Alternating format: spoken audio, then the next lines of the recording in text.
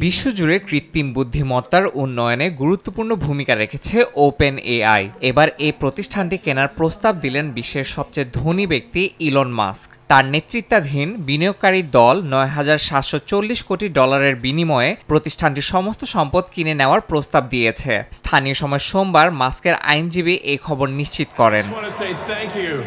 Open এআইকে কেন্দ্র করে Elon Musk ও Sam অল্টম্যানের মধ্যে দীর্ঘদিন ধরে দ্বন্দ্ব চলছে। 2015 সালে মাস্ক ও অল্টম্যান যৌথভাবে এই প্রতিষ্ঠানটি প্রতিষ্ঠা করলেও পরবর্তীতে মাস্ক সরে দাঁড়ান। মাস্কের দাবি প্রতিষ্ঠানটি এখন মূল লক্ষ্য অলাভজনক প্রতিষ্ঠান থেকে সরে গিয়ে মুনাফার দিকে ঝুঁকেছে। এতে কৃত্রিম বুদ্ধিমত্তার ভবিষ্যৎ নিয়ে শঙ্কা তৈরি হয়েছে। অন্যদিকে ওপেন এআই বলছে উন্নত এআই মডেল তৈরির জন্য বিনিয়োগ আকর্ষণ করতেই প্রতিষ্ঠানটিকে লাভজনক মডেলে রূপান্তর করা হয়েছে। প্রতিষ্ঠানটির বর্তমান মূল্য প্রায় $300 বিলিয়ন বলে ধারণা করা হচ্ছে, যা মাস্কের প্রস্তাবিত মূল্য থেকে অনেক বেশি।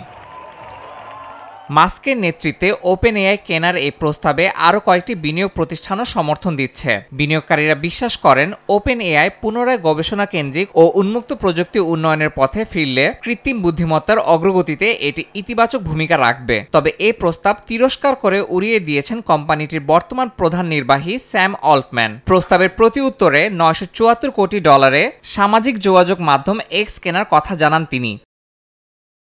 প্রযুক্তি বিশ্বে এই প্রস্তাব ব্যাপক আলোচনার জন্ম দিয়েছে। এ নিয়ে মাস্ক ও অল্টম্যানের দ্বন্দ্ব আরো গভীর হবে বলে মনে করছেন বিশ্লেষকরা। This is called deep research. Yasin Mohammad Jisan, সময় সংবাদ।